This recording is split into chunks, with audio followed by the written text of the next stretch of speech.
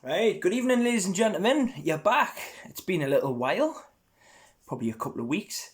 It's a Blind Man's podcast, and I'm Blind Man. And today's sponsors, big shout out to car-ching.co.uk, the Northeast's largest buying car company. They'll buy anything from an old scrapper to a luxury sports car.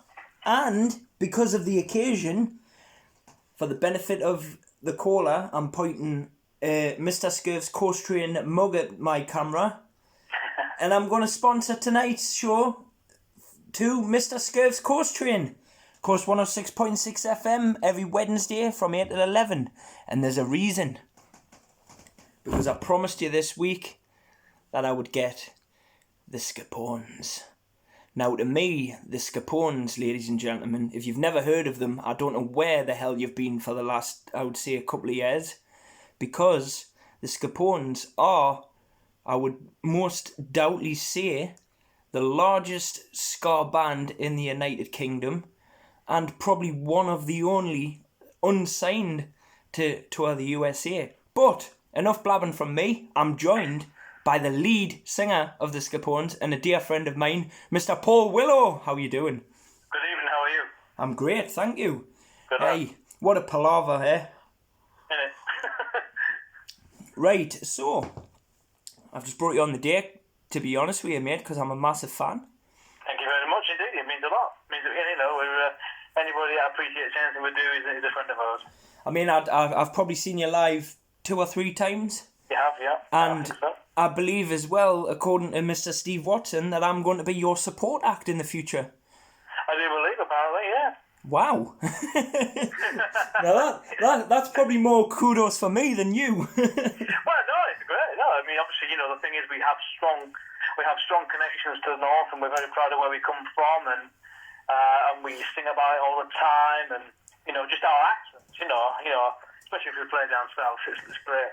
Well, that's it. So that's what I'm going to ask you as well, Paul, because I always start from the beginning of my podcast, and I was just wondering, like, obviously, where you were born, where you brought up, and what your childhood was like.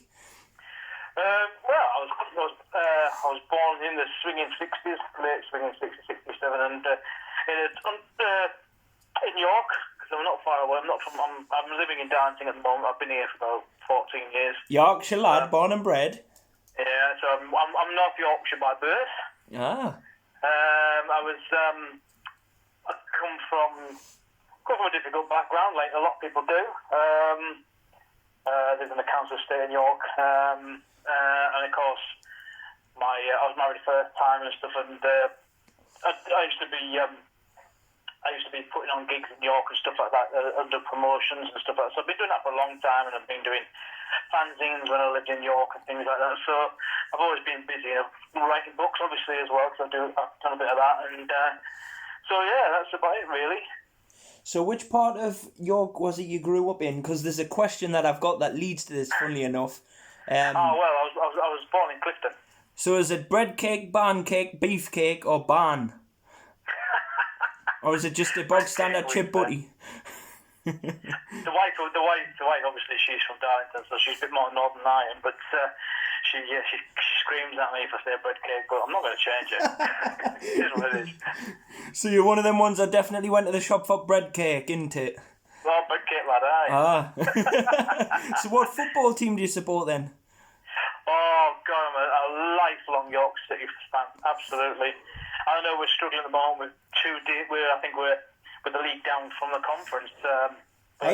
It doesn't matter if you're struggling. I think football's completely knackered, and I think if you look at the bottom league, it's littered with all league teams, and and when the Premier League was formed, I thought that was the death knell for the actual English game. I still do. I know, the likes of Newcastle and stuff, but in the Premier League. But for me, once that league was formed, that was the end of it for proper British football. But brother Paul, you've got to admit, you've got to support your home roots, and regardless of where they are. Yeah, absolutely. I mean, without what gets me, and always has got me, my brother has been a lifelong Manchester United fan. So he has been to see him and he's done what's up. But, you know, I could go see my team twice a week. You know, he live around the corner from... And they don't support them. They just don't support them, and I don't get it. I don't understand it, and I'll never will do.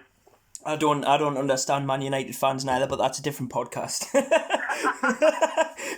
you for that one. I'm down to roots as well. I mean, obviously, I'm a Newcastle United fan, of course, coming from the northeast of England. But I do support my home team as well, Ashton Football Club. You know, so yes, you've got to admit it's been a weird year for football, though. To be honest, it has. Well, it has completely. You know, I mean, I was a bit peed off because when the season stopped originally, when the first COVID lockdown thing, York were at top of the league, and a team below them had 2 games in hand, but York was 3 points clear. And when the way the league worked it out was that that he would go on points. I don't know, games. I can't remember how they worked it out now, but eventually it meant York had to go into the playoffs, which we lost. So I'm a bit cheesed off with that because I would put us back into the conference if it gives more money. And stuff like that. But yeah, I mean, football. I mean, there's no point watching football on telly with artificial crowds and noises. It's just a lot of crap. Absolute lot of crap. I'm guilty. I've got to admit, I'm guilty. I'm still watching it, but. Well, no, I don't blame you to do that. I mean, I've watched 1 or 2, but But you see, the thing is with me, Paul, is when I was younger, I was a massive Toon fan. I was all about Shearer and everything, and then all of a sudden, I couldn't watch it for a long time because I just simply didn't want to pay the money to Sky. Well, this is it. I mean, obviously, again, you talk about the Premier League. It's not so bad in the league we're in, but the Premier League. I mean, you know, I had a friend who once went to Chelsea. He took his daughter and his son. And he said he didn't come back with much change for 500 quid.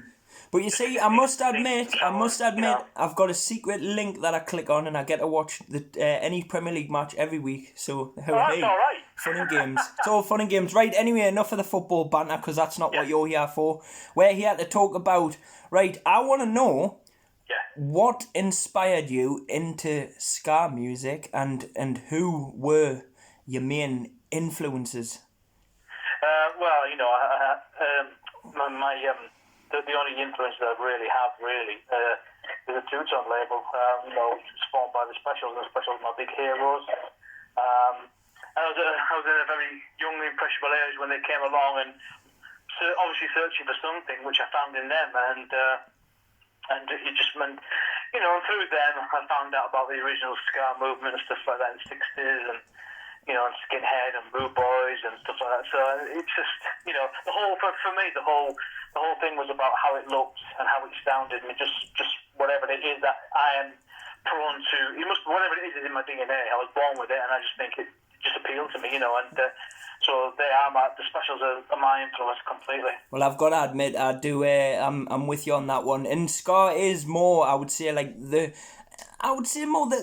English twist on reggae. Yeah. Well, I mean, it's like anything else. Any sort of genre of music now has so many different splinter arms off it, or branches off it, should I say? And two-tone is just another form of it. It's just a different type of it. It's the thing I like about two-tone is it's got the Jamaican rhythms, Jamaican rhythms is just the finest thing on this planet. Oh yes. But when you add a bit of British punk rock into it, that the bit of anger and a bit of stuff, and then mix it together, it's just explosive. And it's I don't know what it is. Like I said to you there, and I've been asked this question loads of times: why do you listen to that? Why do you? And I can't really tell you because it's the best music in the world. That's why. Well, yeah. I mean, the blood, whenever when I was born, I was already going to be predisposed to picking up on this wonderful genre. That's how I think. I can't. People say, "Why did you stay with you so long?" I don't know. Whatever it is, it's just there. And that's true. So what do you think of what do you think of Trojan boss sounds and that then? Like the Trojan sound? That's the roots, isn't it? The roots of everything. And it's some of the best rhythms in the world come from Trojan and related. All the Crab, the Palmer, and all the other labels, Melodisk and Blue Bee, and it's you know, and Sun Gas, and there's so many labels and stuff, and they all chucked out some fantastic stuff. I would agree. Absolutely the best rhythms in the world, and you know, and I think we have to pay homage to that, because without the original stars and stuff like that, you wouldn't have had things like Two Tone or anything else. You know, SkApones, you wouldn't have had anything like that. You know. Daft question, but you take of my cousin Judge Dredd, Alex Hughes. Oh, lovely.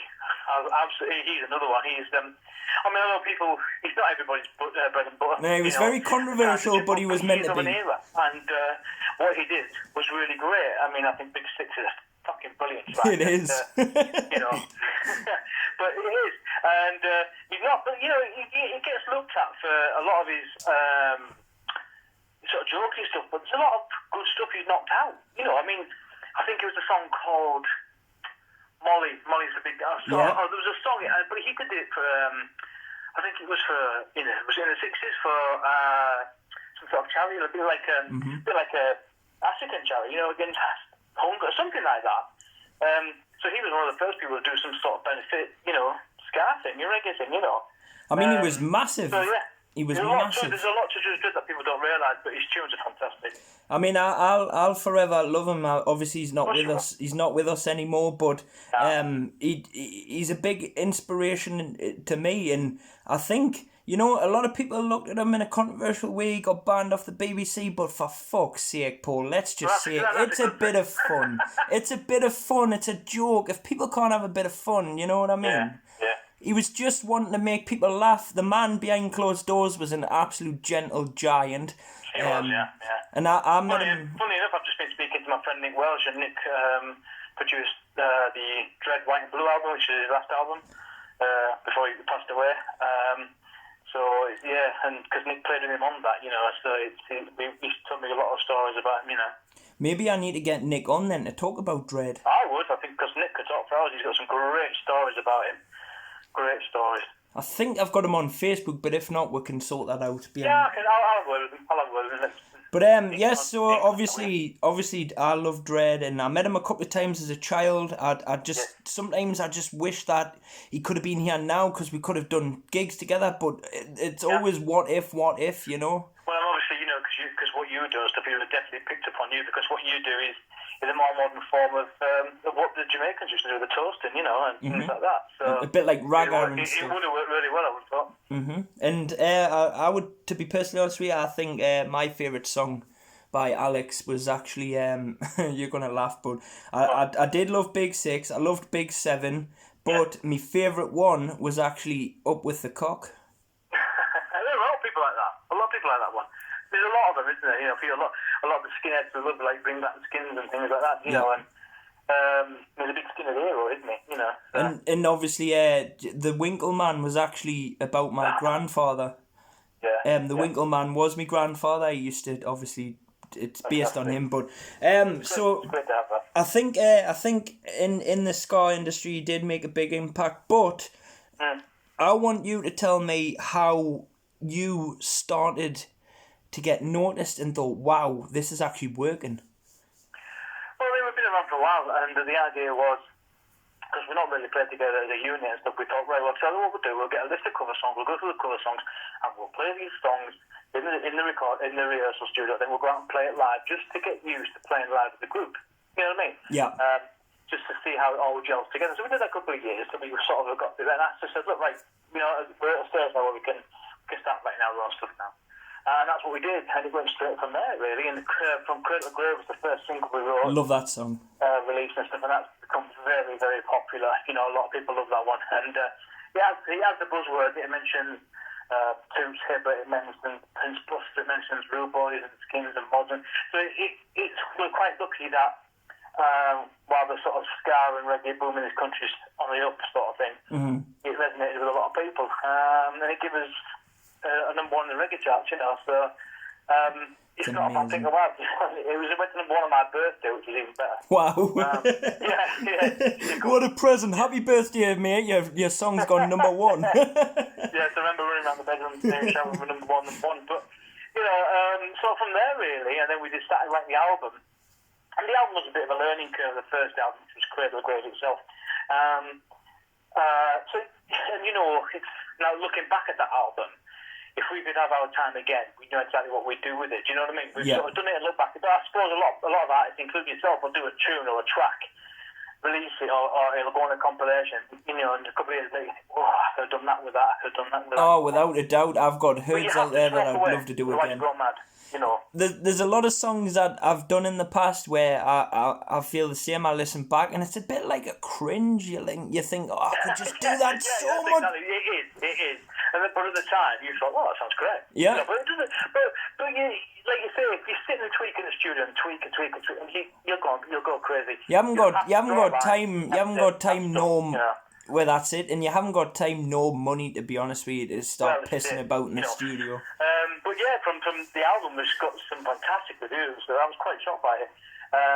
Magazines like Viva the Rock and Original Rock and things like that were really ecstatic about it and give us the album some,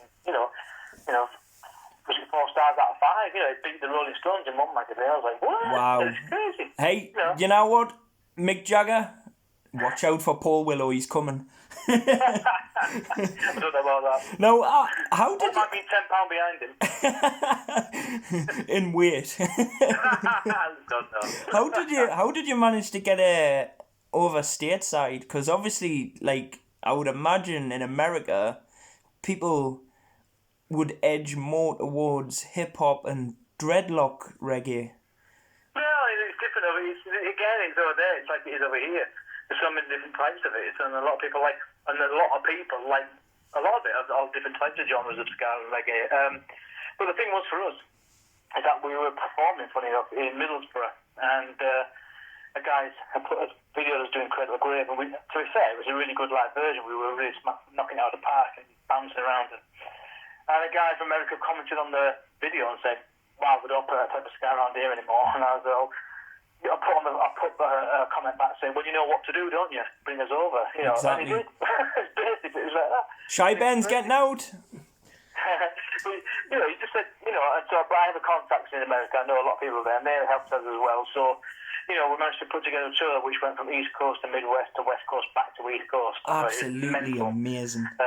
We did everywhere, and we played on the Whiskey A Go-Go in Los Angeles, the home of the Doors, and absolutely mental it was. It's crazy.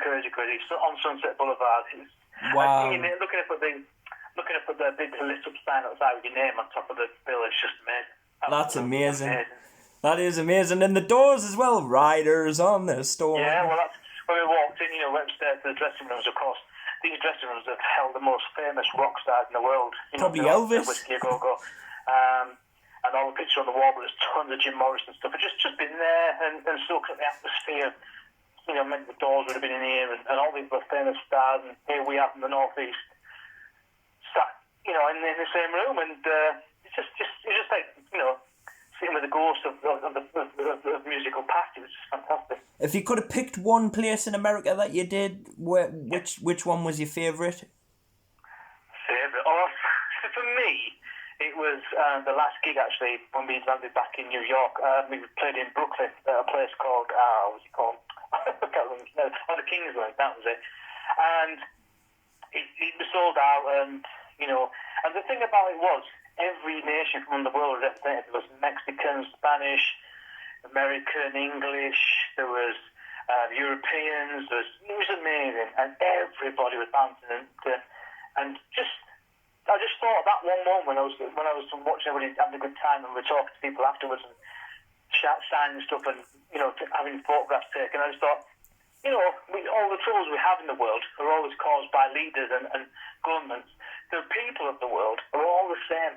All the same. Of course they are, and you know what I love about music, Paul, and you'll probably, as a true musician, you'll probably agree with me here, but music is a language of love, and everyone can join in. Yeah, absolutely. It doesn't matter where you go. It doesn't matter where you go on planet Earth, any corner of the world. If you've got good music and you've got a big enough building, everyone in there is going to love it. Yeah. And it was a very special thing. We played the Whiskey A Go-Go the night before and stuff, but in Los Angeles. But that was amazing. Don't get me wrong. But for me, on an atmospheric level, that was the best gig because it was just everybody was represented. Everybody was so nice. People were buying. We saw that all our merchandise before we even got there. Wow. You know, America was brilliant. I mean, there is something magical about New York, because me and Clary went over there in 2019, and I actually recorded a song with one of my American friends in a studio in Brooklyn. That's brilliant. So obviously he's like proper old school OG, from raised in the projects in Queensbridge, and we did in Queens, yeah. it's like, but I think a good place in New York that we visited as well was the Hard Rock Cafe in Times Square. That's amazing in there. You should see the things they've got. We didn't go in, but we went past it. We bought, actually, the two guitarists bought new guitars from the big guitar shop next door to the Hard Rock, yeah. I tell you what pissed me off about when I was in Times Square and we went to BBQs. We had a nice bit of scran, and obviously we didn't take out much money for other things, because the main intention was going out for a meal. I walked past Comedy Central. There's an English bloke going, "Anyone love English comedy?" And I went, "Me? I do." He went, "Fucking hell, where's the Geordie?" He says, "Mate, come in here. We've got Lee Evans and Michael McIntyre all in the same night, back to back." Oh my God. I was like, "You bastard, I haven't got any money." Two of my favourite comedians of all time in the same night, and I hadn't. Typical, isn't it? And you'll never see them again in the same room. Let's be fair. No, not in New York. Nah, they must have been under the same agency at the time, and Yeah, they just they would have both been, got told to go to New York at the same time. So, yeah. But oh man, America's a crazy place, and obviously, completely, yeah. I wouldn't go there for a holiday. Like, well, it depends on where you go, because we were travelling through the Midwest. Is a beautiful place, very rural, and we saw some great places. But English people tend to think Americans a bit up themselves. Yeah. So I'm quite an open-minded person, so I didn't go across there with any preconception. But they were not. Every person we met was just like us. They just wanted to have a good life, raise a family, have a good job, get Exactly. money, and live life and be happy. That's all they ever wanted. Well, I have been to the rural part as well, because obviously my uncle lives in Kansas City, and I've stayed there a couple of times, and it's just a completely different life than New York and Kansas. What a difference! I know that, yeah. It's like they might talk a little bit different. Well, it's like if you're from Sunderland, Newcastle. Yeah, but they all think that we're from London or Manchester. Well, no, what they said to me was, what we found out was that you guys Australian, or you guys Scottish? No, we're not. Yep. You get Australian, Scottish, or Cockney, and like there was hell on for my uncle when he first moved over there, because my father and his brothers are from the same place as Alex. They're from Kent. Oh yeah. So when he emigrated to America, they all thought, "Oh my gosh, we got some Aussies over here," and he's like, "How many times do I have to tell you I'm not bloody Aussie?" Okay. yeah, you get a lot of that. So, who, if you could, who would SkApones' dream collaboration be with, and also where would your dream gig be if you haven't already done it? Oh, dream gig. So many of that you want to play, I don't really know, to be honest. I mean, I think we'd like to get Glastonbury at one point. It's funny you mentioned that, because we were at a competition to play on the Pilton stage at Glastonbury this year, and we got to the finals where we had to go down to Pilton at Glastonbury, and they organised the Glastonbury. I met Michael Eavis and all them people. But we got the picked a wishy-washy guitar group, which is what we tend to do nowadays. But, it's funny you mentioned Glastonbury, because before you answered the question, something popped in my head, and it said, Glastonbury is so the SkApones. Well, I mean, he has a massive ska thing going on there anyway. A lot of ska bands and regular bands play there, quite a lot every event. So, the specials due to headline the Pyramid Stage again, I think, this year. So it'd have been great, because we'd have been down there with them as well. We toured with the specials last year, and it was so we were lucky to get, we went down there with the best intention. We give it all our shot. But then we were fast and we were loud, but obviously they were looking for a bit more serene, which, it was almost like an Ed Sheeran band type of thing. And, just very nice and polite. And not that we're not polite, but just nice, So I'm assuming the tour with the specials was like, hello, are we awake or asleep here? Oh, it's mental. Again, that was another thing, just take a box, these are my heroes, and there you are sharing the stage with them, and it's crazy. they looked after, they paid us fantastic money, they looked after us in every shape, way and form, riders, and the weirdest thing is, what they were tend to doing was that when you go do your own gigs, sometimes you turn up at a venue, you got to take your own PA system, and so there's lumping all this about. And when we got to the specials gigs, because we played, the first gig was in Middlesbrough, and we played a festival at lunchtime. We were supposed to headline the festival, we said to the organiser, oh God, we've got this gig with the specials, can we move? He said, yeah, just open it up if you want, open it up. So we played at 12 o'clock on a Sunday afternoon. Did an hour stint there, and we rushed straight across to Middlesbrough, and then we got met by these big, massive blocks. Right, you're SkApones. Yeah, like, where's your gear? Where's your gear? I'm like, what? There's cars on there, so they just went off. Carried it over, and fantastic, great experience. And it's just been nice to be well looked after. But Middlesbrough was great. But then tonight after we went to Scarborough, played at the Scarborough Spa, and that was just off the scale. That was brilliant. It's crazy though, Paul. Why do we put ourselves in this industry? It's a cutthroat, and no matter how much we get knocked down, we still stand up and go, but I still want to play. Well, we all know there's this cutthroat, like many things are, but I think it's in your blood and you believe in yourself. And it's a lot about self-belief, I think. And, whether you write a song which is good or bad to anybody else, who gives a fuck, you know what I mean? Exactly.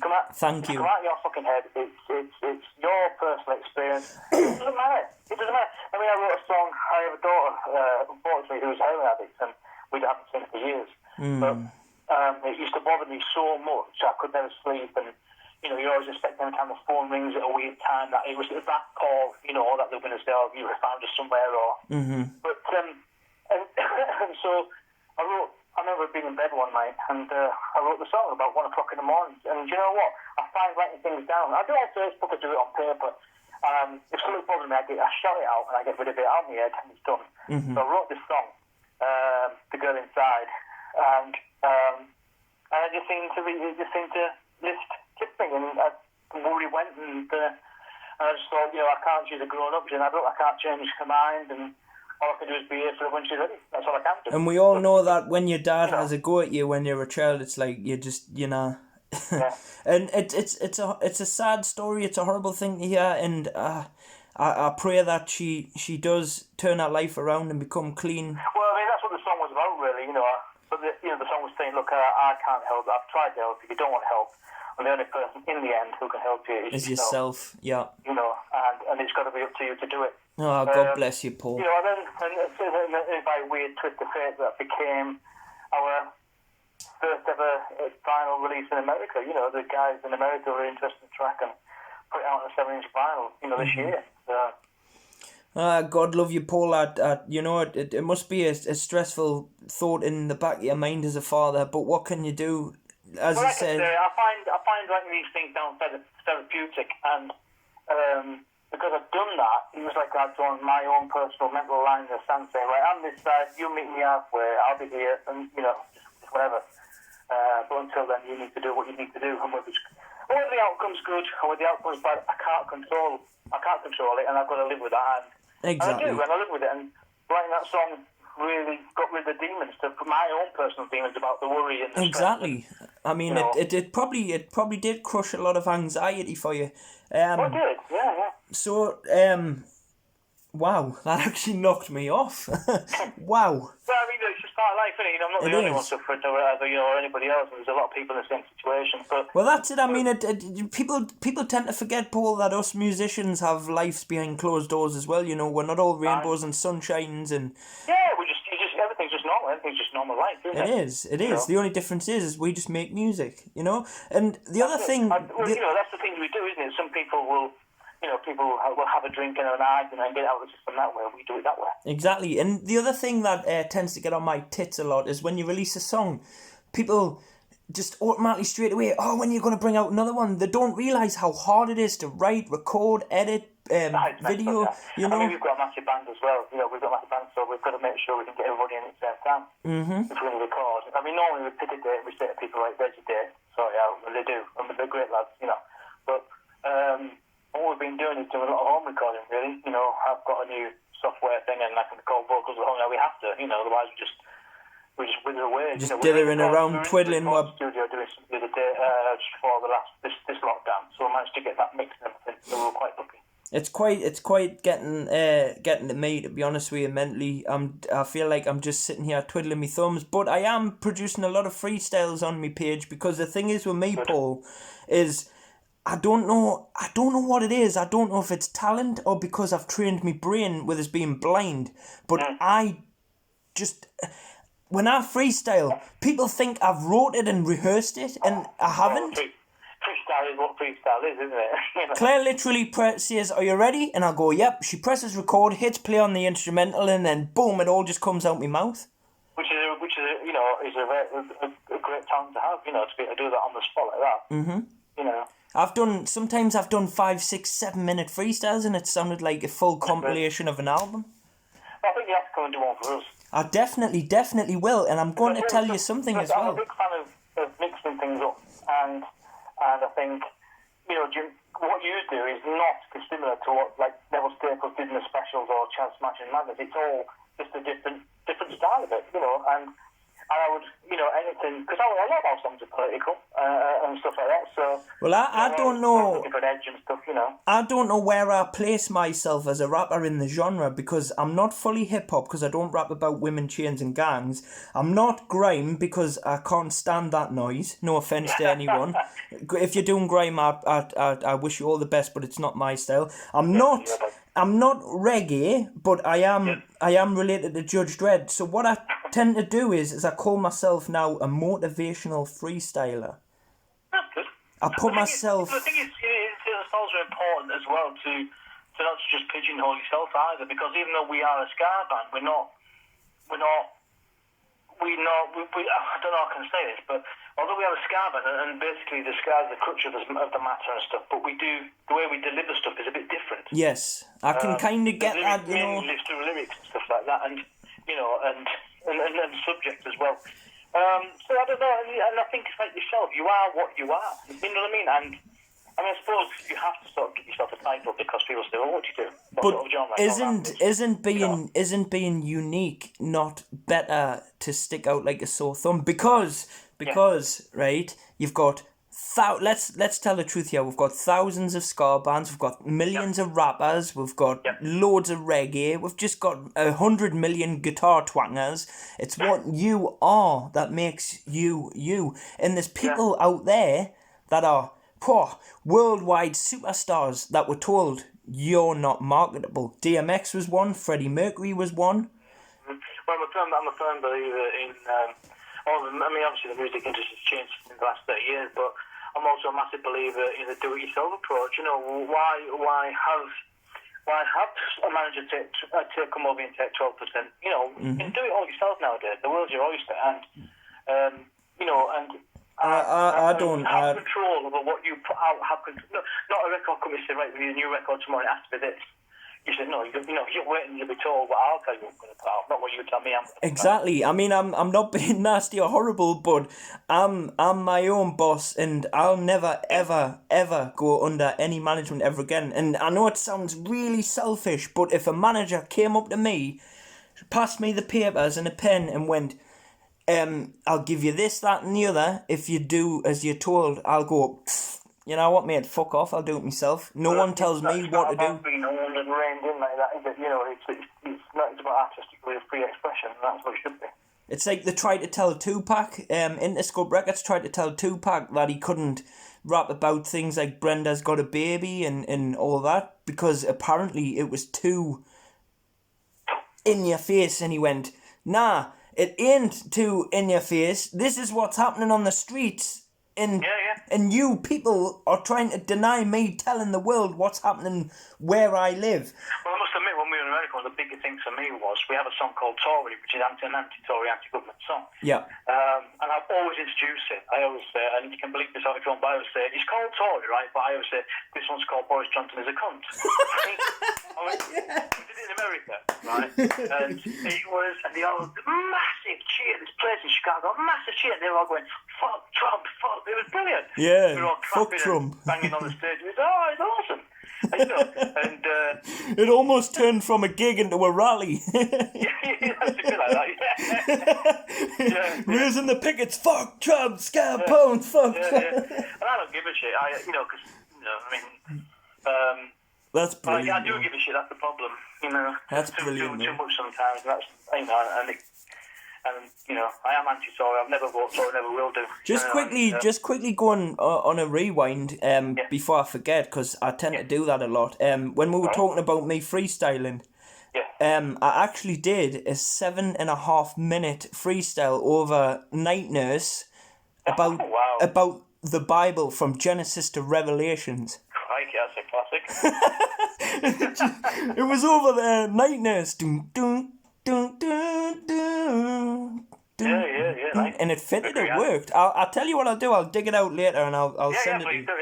But, I mean, I know it's probably not everyone's cup of tea, God. I don't always go on about God, but I just, you know what? Who gives a toss? At the end of the day, right, it's what makes people happy. If people are into God and it makes them feel secure and happy, what harm is it doing to anybody else? It's what half of the reggae songs were about. What do you think they meant when they said, Jah bless? Yeah, Jah is their God. Yeah. God. Wow, honestly, Paul, it's amazing. I love everything you do. You have always been one of my favourites, and I'm not just saying that because you're on my podcast. I've followed you since Scurfy introduced us to you. And bless him, Scurf's a legend. Scurf is an absolute legend. Scurf is like the northeast Nick Welsh, I think.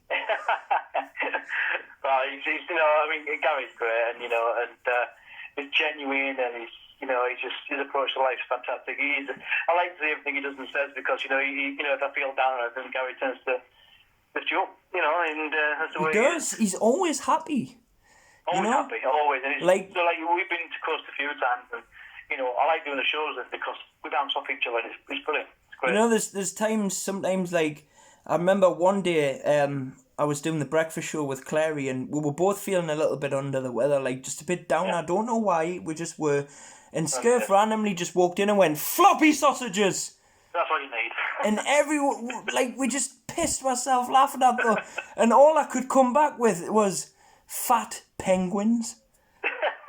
I was like, why did I just say fat penguins? And Scurf went... Yeah, because, that's it. That's what it's really infectious. He's an infectious guy, and I love him to pieces. And then this is his mind. He turned around and he went, because fat penguins love eating floppy sausages. I was like, what a belter. What a man. I'd hate to see one. I'd hate to be sat with him and once had a drink. Oh, I bet he loves a few pops. So what, last couple of bits, obviously, I know everyone's sick to their back teeth of hearing it, but we've got to talk about it. Your take on COVID-19 and is it affecting your mental health? Yeah, it's affecting everyone's mental health now, and I'm seeing it through just watching things on Facebook and watching people's comments and statuses and talking to people and loads and loads of people are really down. And I don't think they're down about anything specific. I think, what pisses me off more than anything else, and it really does piss me off, and I find it even, another reason to hate the Tories even more, is the fact we've got all this lockdown and everything. You can't see your kids, you can't see your grandkids, you can't see your mother-in-law, you can't go to people's houses, but you can go to work with hundreds of different strangers. You can go to garages, you can go to takeaways, you can go to supermarket, and then all the schools and colleges where it has primarily spread. And what gets me, I'll say this as well, I don't care what anybody else says, they're all going, all the older people, my age, who are turning old before the time, they're saying, it's the young ones, it's the young ones. But, these young people were told by the government, this doesn't affect you, you will not get ill, right? So when lockdown was lifted, they were saying, go to the beach and all this stuff. So they did, and then they spread it, because they didn't know what they're doing. Well, it's true, and it's like you said, what you said's true, because I'll tell you something, just today, Paul, right? Yeah. I'm not allowed to go and see my 90-year-old granddad, right? That lives in a sheltered home, where they live on their own, but they get watched. Yeah. right? I'm not allowed to go and see my 90-year-old granddad because he's in Leamington, Newcastle. But when I went to pick my 7-year-old daughter up from school today, there was hundreds of parents, Bullshit, kids. all it is. And this is it. I agree. The COVID-19 thing's real. Don't get me wrong, 'cause my oldest son has just got over it. Our stepson got it too. He's in a high-risk category because he's diabetic type 1 and insulin dependent. But he got it, and I was on the phone to him every 2 minutes because he lives in York still. And he had the cough and he was really ill for a good week, but he's coming through the other side, thank God. But and I feel sorry for anybody that's lost anybody through this pandemic and stuff. Exactly. The thing I get about it, if there was any level throughout all of this, I could live with that. I could live with not seeing people if there was a level playing field, but it's bullshit. It's a stupidity level of humanity. The way when people are going to, we're going to raves and by the way, the COVID must have been a big thing in York because my wife's son Kieran, who's 18, he's just started at York University. He called me the other week and says, Mum, Richie, I've got the COVID-19. He says, but it's all right. York's got a huge student population and stuff anyway, But he says to her, this was his exact words, and I quote, this is an 18-year-old man, right? Yeah. But don't worry, Mum and Richie, it's all right. I would rather have this than the flu because this just makes you shake and cough. The flu actually decks you and puts you in your bed. Well, it's like anything else, isn't it? It all depends on how your body reacts to it. This is the problem with the COVID-19 thing, isn't it? I have friends who've had it, who down south and stuff, who were on blood thinners for 6 months to get rid of blood clots caused by it. Yep. People don't get symptoms. And then you've got my uncle in Kent, who's I think his auntie had it, and she passed away. God rest her soul. But so you're right. It affects people differently. But my problem is, if it was, I don't know. I just don't know. My mind swings all the time. So I just think forcing us to go to work and making all the schools work and spread it even further is just crap. And I think, so how dangerous? I don't know. You think, well, how dangerous is it? That's what. Well, I tend to have a positive look on everything. So to go work and save the economy. That's the only reason why. That's it. Well, I tend to have a positive look on everything, Paul. And the way I see it is we've defeat the Vikings, the Romans, the Germans twice, the Spanish, the Scottish, and the bird flu, the Spanish flu. The plague. We've defeated. I could go on. So surely we can. I mean, this is it. I mean, I think we will come to a point where it will water itself down and it'll become just another form of flu, possibly. Maybe I don't know. Once it's gone through it a few more times, or like they're saying today, there's a vaccine for it. I mean, I don't know, but I mean, I pay for a flu jab. I don't need them yet, but for the last 2 years I had them, and they seem to help me through the winter because I used to pick up stuff, but. I've been pretty good, touch wood so far. So. Well, I personally won't be getting the vaccine, but that's a different story. So, what's your future projects when you're allowed out then? Well, I mean, we're already 7 tracks into the brand new album, the second album. Fantastic, well done. The front covers, the Jarrow Marchers, all jazzed up a bit, so it looks really good. They're keeping all the northern thing going. We've got next year is absolutely crazy. We're going to go on tour the Beat for their 40th anniversary tour. We've got gigs in America again, Ireland, Europe, all up and down the UK. So but I mean, our gigs start again. We were booked out every weekend right at the end of this year. Yeah. Then they're due to start again in January. So, but I'm not hopeful for the January gigs or the February gigs, to be honest with you. We'll just see. We'll just see what happens. You never know. Funny things have happened. But and we've got that and stuff. I've been approached by a big South American ska band called SkAbeat City to record some vocals for a track of theirs. Brilliant. Ska Revolution, so I might do that. So yeah, we're busy and we're going to release a new single shortly. We did advertise a single releasing a track from the new album called Eyes of a Child, but we might change the track. What should we do? We'll see. It's one of them ones. It's like you could just put it out there and say, listeners, you decide. Well, the thing is, we want the second album to sound nothing like the first album because it's all about progression. I don't want to sound like Oasis or Bad Manners, and stuff. We're staying sounding the same thing for the next 20 years. Fuck you, Noel Gallagher. You know what I mean? Yeah, because no disrespect to them, but they just sound like all the albums sound the same. Oh, I'll give disrespect to them. I'll do it for you. Fuck you, Gallagher. We don't like you. You spit on your fans. You're disgusting, horrible, rotten human beings. Fuck Which one, you. Liam? Sorry about that. I just don't like the Gallagher twins. I just thought they were bullies. Well, you just know what to believe. You don't know how much show it is, do you? Well, that's true. If it's a gimmick, I take back everything I said. Yeah, a disclaimer. Yes, as a disclaimer, just in case they try and sue us. Right? We're busy. We've still got things we're still cooking on. We're doing a series of podcasts at the moment called the SkApones Sound Off Podcast, which are released every Friday at 7 o'clock. Brilliant. Basically, it's I sort of lead the way a bit, and we talk to different band members each week, and they play their favourite tunes, and we have a chat about.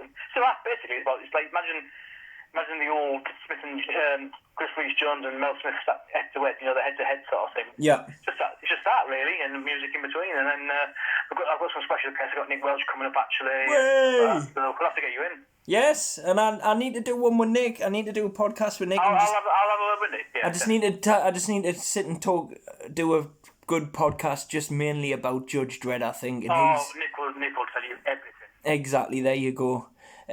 So brilliant, and obviously you're going to get me to jump on something when you can. Yes, no, that's not just hot air. That's the true thing. I'll need to find whatever we do will have to be the right track for you, and that I think you'll work on and stuff like that. Yeah, but I think it's we'll do that. We'll definitely do that. And before you go, I just want you to do one thing mainly for the wife, because it's one of our favourite songs. I just want you to say, SkApones, you go, go. Oh God, it's cheesy that, isn't it? I love it. SkApones, go, go. Way! And her favourite special song at the minute is Another Man Gunshot Down, blam blam. The gun fever. The gun fever is back. I'll not ruin it.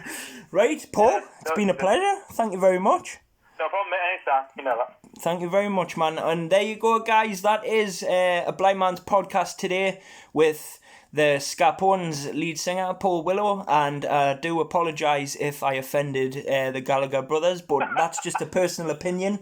We're all allowed them. Don't be.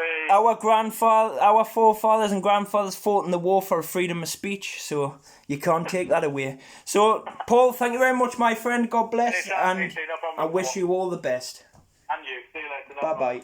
Yeah, there you go. So that was, like I just said, Paul Willo from the SkApones. Go and check them out. They're absolutely amazing. Big shouts to Kardash Ching and my other voluntary sponsor that I chose today for the perfect reasons, Mr. Scurfs Koast train. If you want one of these cups, just inbox me and I'll get that sorted. They are £6, and if you need them posted, obviously you'll have to pay postage and packaging, but they're really good quality, they're worth it, and they hold a good brew. Anyway, please like, sub, and hit the bell for future podcasts. And as you heard, I may be doing one with the legendary Nick Welch. But for now, that's it from me.